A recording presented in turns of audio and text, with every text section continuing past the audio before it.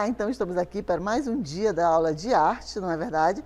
Então eu sou a professora Lúcia Santos, vou estar com vocês nesse momento, do nosso primeiro momento da aula de arte. Então, vamos ler agora os nossos objetos de conhecimento. Vamos lá? Então, na aula 8, objeto de conhecimento, desafios contemporâneos das práticas corporais na sociedade. E o detalhamento, gêneros e estilos artísticos e suas práticas nas interações sociais em âmbito local. Então, dentro desse contexto, nós vamos dar início na nossa aula falando justamente do nosso âmbito, onde nós estamos inseridos, e a arte, essa arte que está presente no nosso dia a dia, ok? Então, vamos lá. Ok, então voltamos para o nosso primeiro momento, agora no nosso primeiro momento da nossa aula. Iniciamos com o quê? Justamente com a questão do nosso quadro de atividades, aonde buscamos retratar todo um contexto que envolve o nosso cotidiano. E eu trouxe para vocês aqui, justamente, a primeira missa, a imagem retratada, uma visão europeia da primeira missa no Brasil. E aí, se vocês observarem esse quadro, que é de Vitor Meirelles, será que foi tão pacífico, aconteceu de uma forma tão pacífica a primeira missa no Brasil? Os nossos irmãos indígenas realmente ficaram sentados, olhando sendo fincada uma cruz, e ali eles pacificamente estavam sentadinhos ali, com seus vestuários, e os europeus todos com suas pompas e roupas e etc. Será que foi tão pacífico ou foi uma visão europeia? De como os europeus imaginavam, como eles queriam que fosse feito. Será que o Brasil, os nossos irmãos nativos chegaram, os europeus chegaram, ficaram sentadinhos e podem invadir as nossas terras? Será que foi assim? Então isso aí retrata a visão de um artista europeu, certo? Que tem essa visão, foi trazido para o Brasil, dentro de todo esse contexto artístico, e representou com essa visão que os europeus tinham de como foi essa conquista do Brasil. De forma pacífica, será que é isso que os livros de história, será que é isso que conta a realidade? Tá? Você tem a sua casa, chega alguém estranho na sua casa e você abre a porta, olha, pode tomar conta de tudo, eu vou ficar resumido só num pedacinho de terra aqui, você pode ficar com tudo. Será que é assim que aconteceria na nossa casa? Pois é. Então, nós vamos falar hoje justamente desses nossos irmãos nativos, da nossa cultura, principalmente da cultura do Amazonas. Tá? Essa influência que nós temos, tanto dos nossos irmãos nativos, que eu gosto de chamar de irmãos nativos, porque eles estavam aqui. Tá?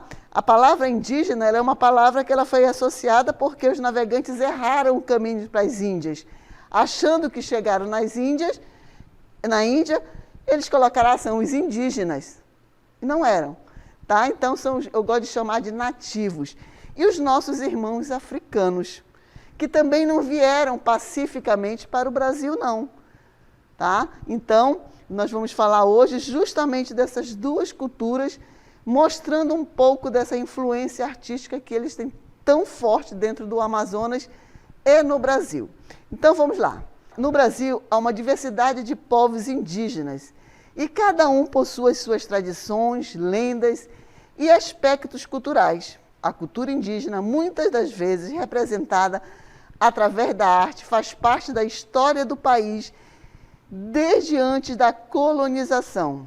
Um dos aspectos dessa arte é que ela é representada, ela é repassada através das gerações, o que marca a importância da tradição para os povos indígenas. Continuando, máscaras, cerâmicas, aquilo que eu mostrei para vocês, tá? Pinturas corporais, plumas e cestarias fazem parte do dia a dia desses povos. Os objetos feitos através de elementos encontrados na natureza, como semente, cipó, palha, penas, fibras de plantas, dentre outras coisas, reforçam a conexão e preservam a proximidade dos povos com a natureza. Olha aí esse contexto tão ligado com o meio ambiente, né? A questão da floresta está muito presente nessa cultura, tá? A questão dos objetos feitos através de elementos encontrados na natureza. Continuando o nosso conceito. Vamos lá? Para desenvolver a arte, os índios também fazem uso de outros elementos complementares, como madeira, miçangas, palmas, sementes, cipó, couros, ossos, casca de coco, dentes, conchas e garras. Certo?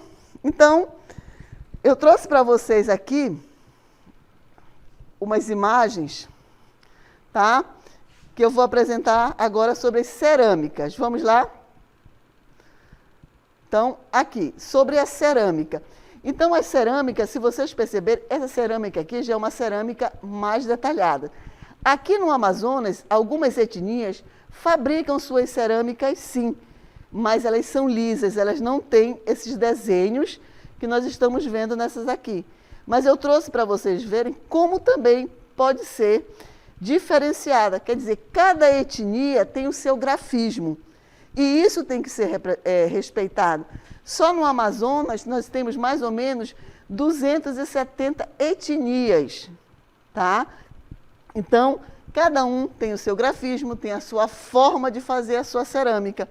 E aí, o que nós temos de falar sobre esse conceito, sobre a cerâmica indígena? Vamos ver? Então, com diversas funcionalidades, a cerâmica é um dos elementos mais utilizados, juntamente por sua versatilidade. Pode ser utilizado tanto para decoração, quanto para utensílios domésticos, como jarros, panelas e vasilhas para armazenar coisas.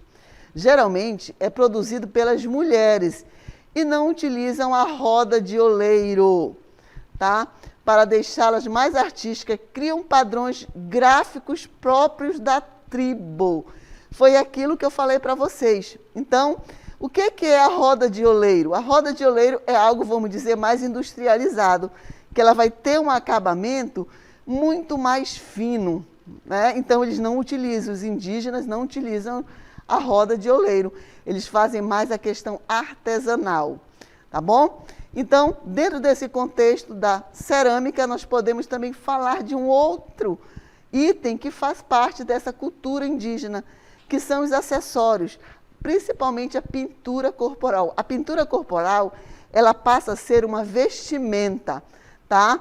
E ela vai ter uma pintura para determinada cerimônia. Então, a pintura corporal pode estar relacionada às funções sociais dos indivíduos na tribo, ao gênero, idade e até à família. Muito utilizada em rituais de passagens, celebrações e outros momentos específicos daquela tribo.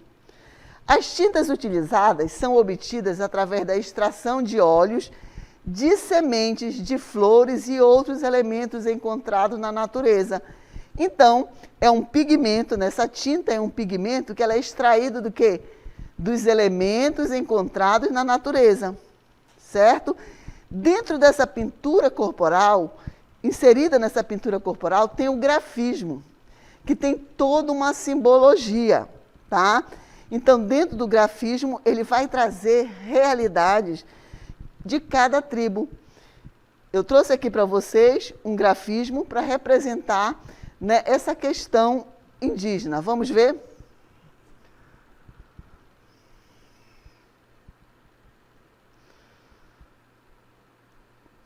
Se vocês perceberem, esse grafismo vai nos remeter aonde? Lá na pré-história, certo? Lembram do grafismo da pré-história? Algo geométrico, geometrizante, quando o homem no Neolítico não precisava mais registrar de forma naturalista? Pois é, temos um outro grafismo, vamos ver?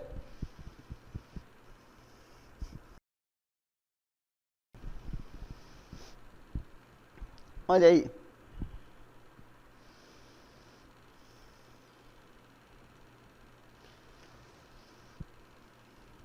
As formas geometrizantes estão presentes nesse grafismo, certo?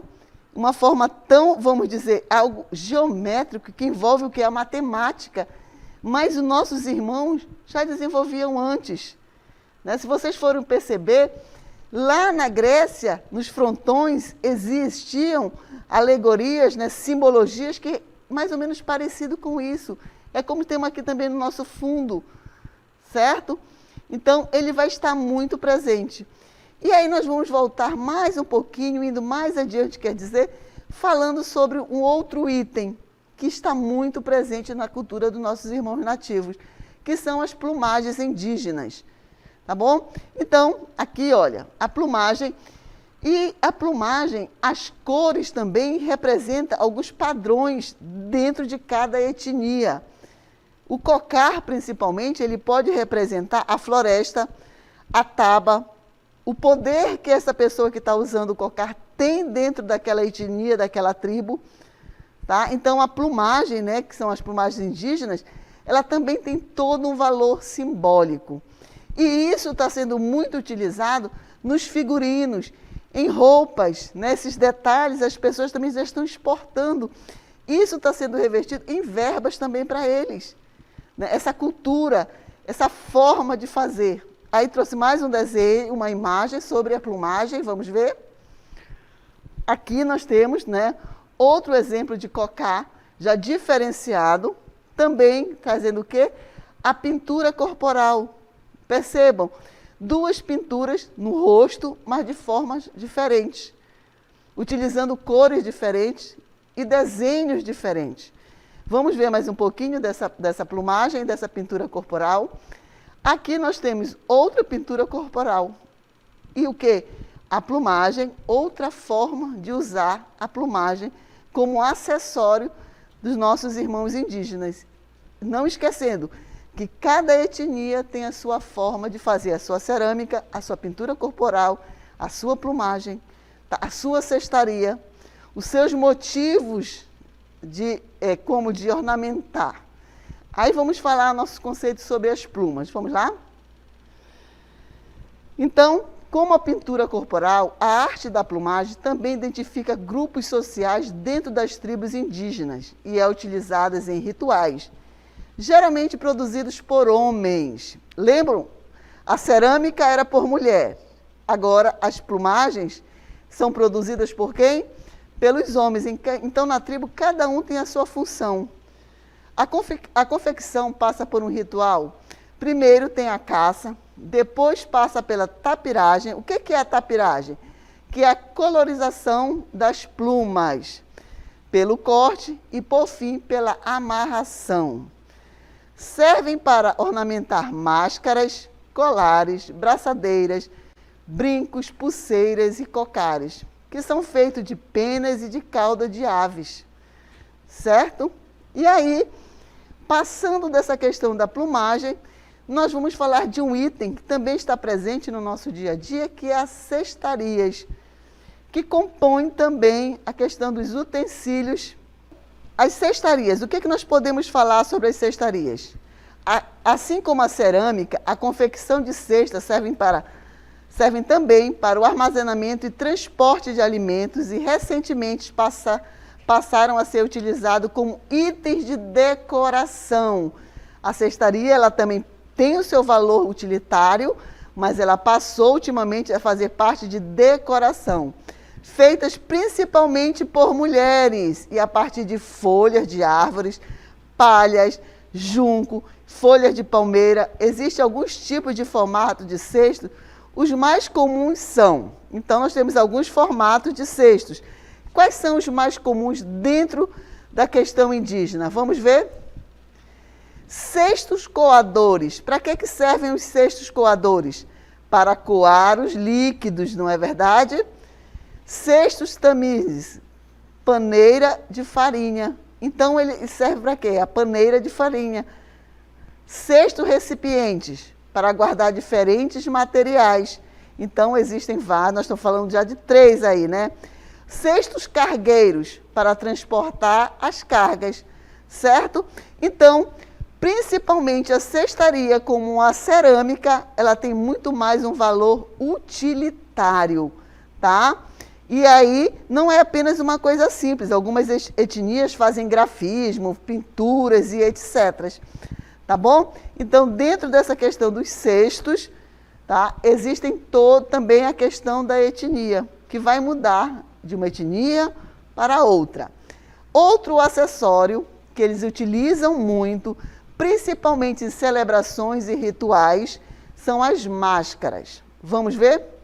Então, em geral, o uso de máscaras nas etnias indígenas é carregado por simbologias de seres sobrenaturais, como antepassados, espíritos da floresta. Algumas etnias utilizam as máscaras em seus rituais como uma maneira de levar alegrias e bons sentimentos a entidades espirituais que tiveram conflitos com os indígenas em tempos passados. Certo? E aí eu trouxe um exemplo de uma máscara indígena para vocês, né, que ela é da ticuna, da máscara ticuna, tá bom? Então aí, se vocês perceberem, o material que foi utilizado para essas máscaras são mais ou menos, é fibra.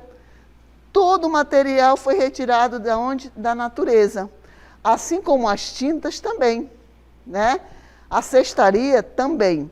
E aí, falamos da máscara, falamos da pintura corporal, falamos da plumagem, de todo esse acessório, mas podemos falar também de um outro item que compõe a questão indígena, que é o quê?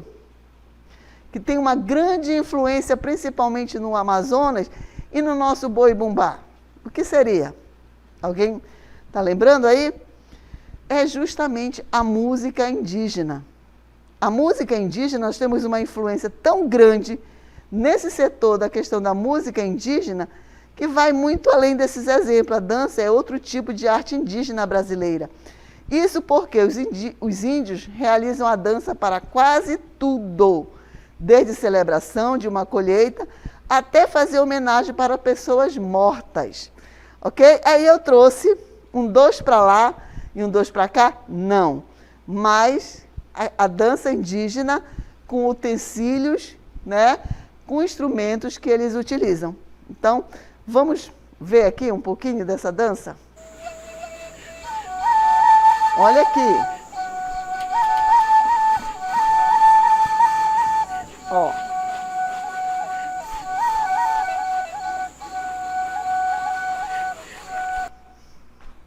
Então, eles dançam, né? Batendo o quê?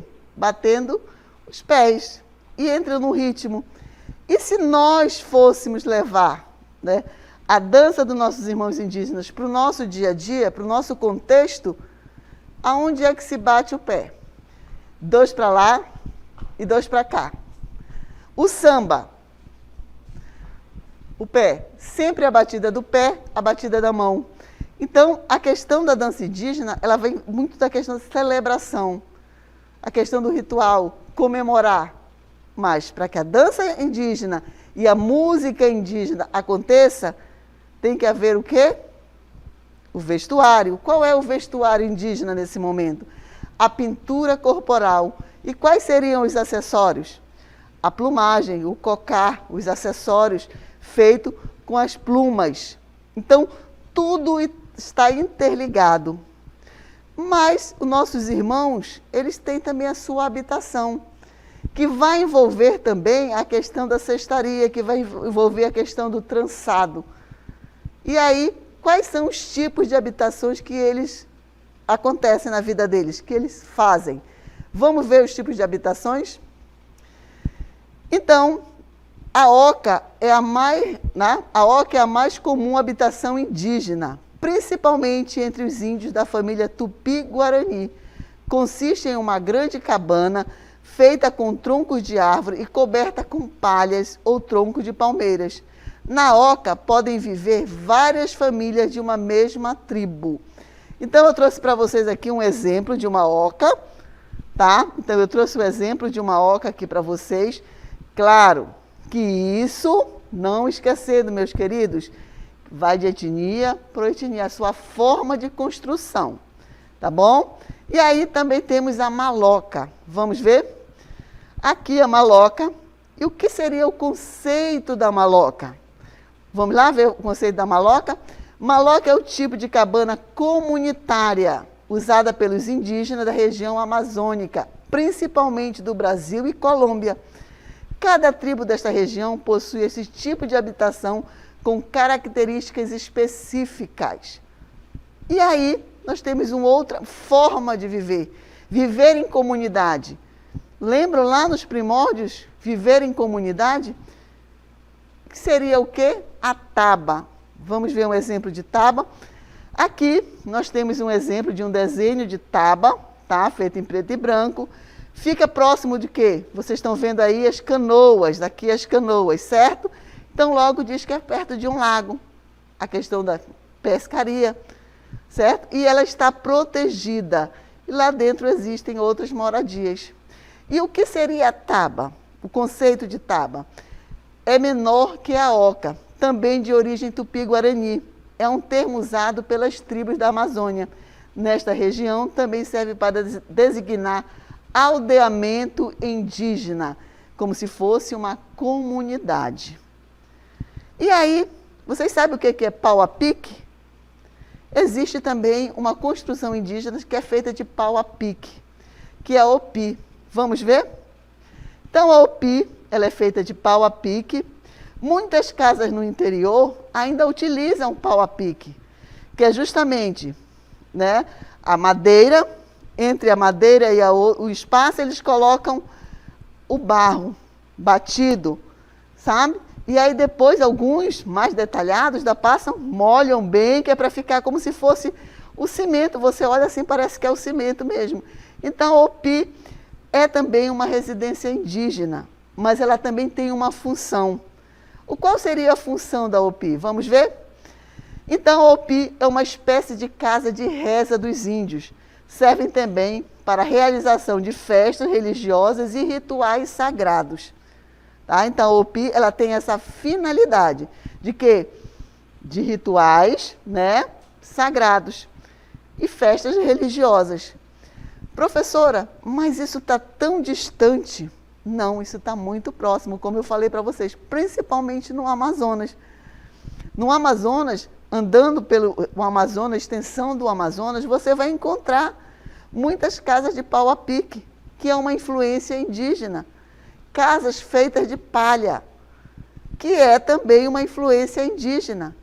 Se você vê como aquelas palhas são colocadas de uma forma tão simétrica e tão organizadas e tecidas, porque ali tem que ter cipó para ir tecer. De onde é tirado o cipó? Da floresta. E aonde foi que nós conseguimos ter essa experiência? Através dos nossos irmãos indígenas. E como isso foi passado, se nós não somos indígenas, nos consideramos homens civilizados? Como isso foi passado? Através do folclore, através da oralidade, através do exemplo. É isso que eu falo, nenhum conteúdo está separado do outro, eles estão interligados. Vem lá dos primórdios, quando nós falamos do homem na pré-história.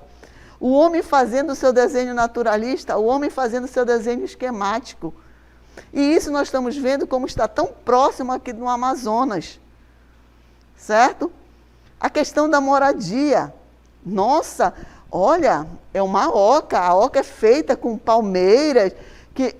Sim, e a casa de palha? A palha que é feita a casa, que nós utilizamos hoje, é o quê? É uma palmeira, certo? E ela tem esse trançado. Os nossos irmãos indígenas, quando eles fazem a cerâmica deles, eles não pensam que vai ser uma obra de arte. Eles pensam na utilidade. Eles estão fazendo algo utilitário para guardar, para peneirar, para, vamos dizer, pescar, para tirar o sumo, né? Tirar o tucupi. Eles vão fazer esse trançado pensando em algo útil, tá? Então, eles têm toda uma funcionalidade. Tudo que eles fabricam tem uma funcionalidade. A pintura corporal é como se fosse a sua vestimenta. Né? O homem indígena, ele faz o seu grafismo, ele pinta o seu corpo, ele expressa através do seu corpo. O seu grafismo que ele pinta, né, tem uma simbologia, tem um porquê. Só que é uma pintura que não é permanente, porque é feito com o quê? Com pigmentos naturais.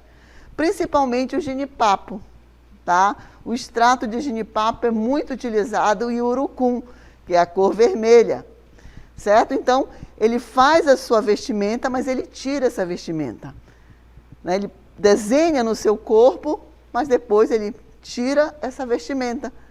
E em cada cerimônia, ele tem uma forma de expressar. E cada etnia tem a sua forma também de se expressar. De fazer o seu grafismo, de fazer a sua cerâmica, de fazer a sua cestaria. E isso tem que ser respeitado. É a particularidade de cada etnia. Como nós também temos da nossa particularidade. Mas não podemos negar que nós temos essa influência.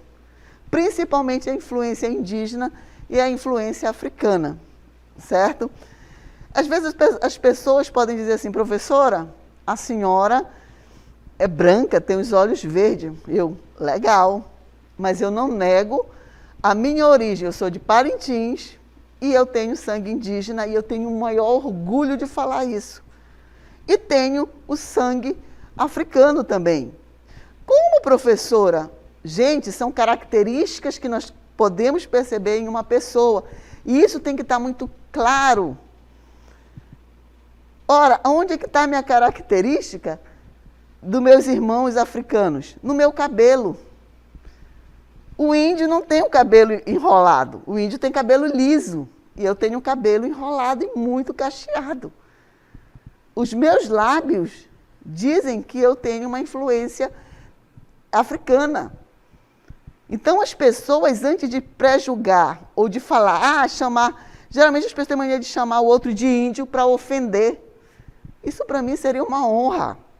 Me chamar de negra seria uma honra, porque a história do nosso Brasil é contada por eles. Porque eles foram guerreiros, eles sobreviveram, eles estão aí para contar a sua cultura, as suas histórias, as suas lendas, e isso nós temos que respeitar. Então, quando alguém quiser te ofender, né, achar que está te ofendendo, te chamando de índio, lembrem, eles são guerreiros, eles são vitoriosos e eles fazem a nossa cultura. Quando eu quero ofender alguém, eu estou ofendendo os meus antepassados. E eu não posso fazer isso. Eu tenho que respeitar. Como nós falamos, as etnias têm diferentes formas de se expressar. Nós também temos diferentes formas de nos expressar. Mas nós temos principalmente que respeitar todos. Tá? Então, conhecer é a melhor forma de tirar os preconceitos. Saber que nós temos influência também é isso.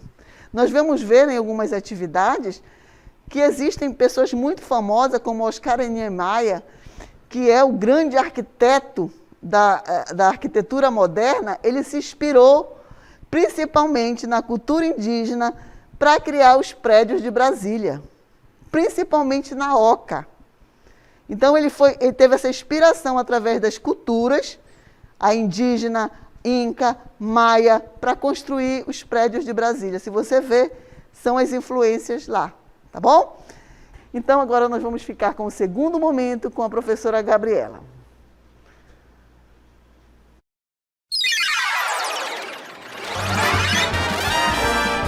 A sua aula continua no próximo vídeo.